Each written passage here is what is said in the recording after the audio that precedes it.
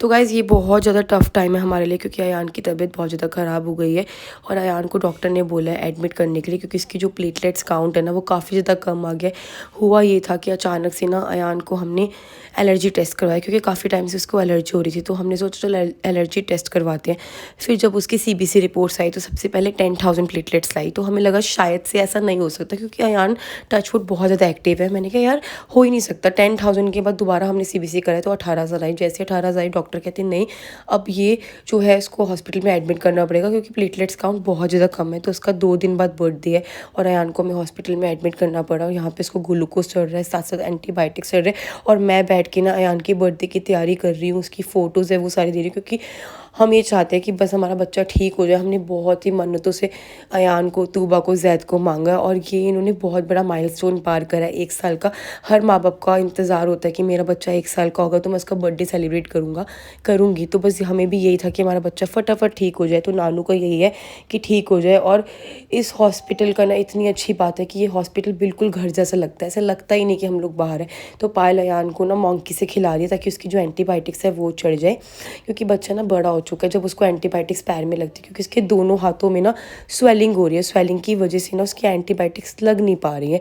और तो उसको पैर पे कैनला लगा, तो कैनला जब पैर पे लगा ना तब वो इतना रोया, इतना रोया, इतना रोया। और उसको ना कैनला निकू में लगा था और मैं उसके लिए स्पेशली गई थी अंदर। पहले मैं गई, फिर पायल गई, फिर उसको कैनला लगा। तो यहाँ पे मैं अयान के लिए बहुत सारे टॉयज़ भी लेकर आई हूँ ताकि उसको मैं खिला सकूँ और उसकी जो ड्रिप्स है वो टाइम से लग सके, क्योंकि डॉक्टर ने यही बोला है इसके लिए ग्लूकोज और एंटीबायोटिक लेना बहुत ज़्यादा ज़रूरी है। और 2 दिन बाद इसका बर्थडे है, तो बस भगवान से यही प्रे है कि हमारा बच्चा फटाफट ठीक हो जाए और हम बर्थडे सेलिब्रेट कर पाएँ।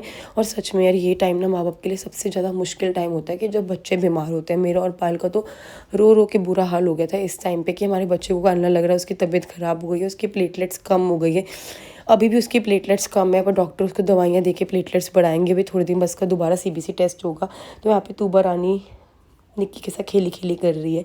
और यहाँ पे भाई मैं बच्चों को खिचड़ी खिलाने की कोशिश कर रही हूँ, पर बच्चे मानते ही नहीं, कुछ खाते ही नहीं है। बच्चों के साथ बहुत ज़्यादा मुश्किल टाइम है। और सच में जैदू तो रोने लग गया। फिर यहाँ पे तूबा पायल के साथ खेली खेली कर रही है, पायल उसको हाथ पे पता नहीं क्या दिखा रही है। तो यहाँ पे बच्चे बहुत ज़्यादा खेल रहे हैं और हमारे दोनों तरफ ध्यान था, एक तरफ हॉस्पिटल और एक तरफ घर पे बाकी बच्चे हैं। फिर पायल अयान को घर पे लेकर आई थी, क्योंकि उसको शावर तो दे नहीं सकते, स्पॉन्ज करना था। यहाँ पे बच्चों के लिए गेट लग गया पीछे, ताकि बच्चे कभी बाहर क्रॉल करके आए तो गिरे ना। और हम जिस सोसाइटी में रहते हैं ना बहुत अच्छी है। तो यहाँ पे निक्की ने सारा सामान ले लिया, मैंने सारी फाइल ले लिया। मैं रात से हॉस्पिटल में थी तो शावर लिया फटाफट कि मैं वापस हॉस्पिटल जाऊँ। यहाँ पे अयान को मैं चाबी दिखा रही हूँ और हॉस्पिटल जाती ही ना इसको दोबारा से एंटीबायोटिक्स लगेंगे। तो हम लोग हॉस्पिटल में पहुँच गए। पायल वहाँ पे कमरा चेंज करे, क्योंकि वो जो कमरा है ना काफ़ी ज़्यादा छोटा है। तो हमने सोचा है काम करते बड़े कमरे में आ जाते हैं। तो यहाँ पे मैं अयान को बालकनी में लेके खड़ी हूँ, बच्चे का मन बहला रही हूँ, क्योंकि बच्चा हॉस्पिटल में रह के ना इरिटेट हो जाता है। तो मैं से पूछ रही हूँ पापा कहाँ हैं, मम्मा कहाँ हैं, तो ये मुझे बता रहा है पापा मम्मा कहाँ हैं। फिर मैं इसको फ़ैन से खिलाने लगी ताकि ये रोए ना। बस अयान को ये हो रहा था, क्योंकि अयान को आदत हो गई है ना अपने घर में अपने कमरे में रहने की, तो अयान बहुत ज़्यादा इरिटेट हो रहा था। तो मैंने उसे बैलून लेकर दिया। फिर हम फाइनली अपने दूसरे बड़े वाले रूम में शिफ्ट हो गए। ये रूम बहुत ज़्यादा अच्छा है, क्योंकि ये रूम ना काफ़ी बड़ा है, स्पेशियस। हमारे ना घर से कभी कोई आता है और बच्चों के बर्थडे की वजह से ना काफ़ी सारे गेस्ट हैं वो भी घर पर आ रहे थे। तो इस कमरे को हमने अपना बिल्कुल घर जैसा बना दिया। मैंने अपनी पायल की फ़ोटो सारी यहाँ पे लगा दी ताकि यानू देखते रहे। यहाँ पे कुछ टाइम पहले बेबी गर्ल पैदा हुई होगी, तो उसके बैलून्स भी थे। तो यान उससे खेल रहा है, यान को मैं इस बैलून से खिला रही हूँ।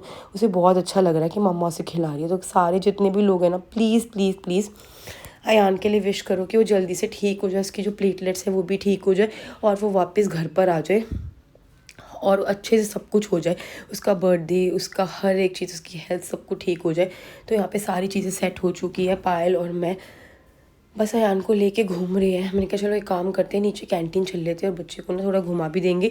उसके बाद आकर ना उसकी ड्रिप्स लग जाएगी। तो यहाँ पर मैं बच्चे को लेके घुमा रही हूँ और पायल जा रही है खाने पीने का सामान लेने के लिए। तो पायल यहाँ पे कह रही है पीपड़ी लगी हुई है।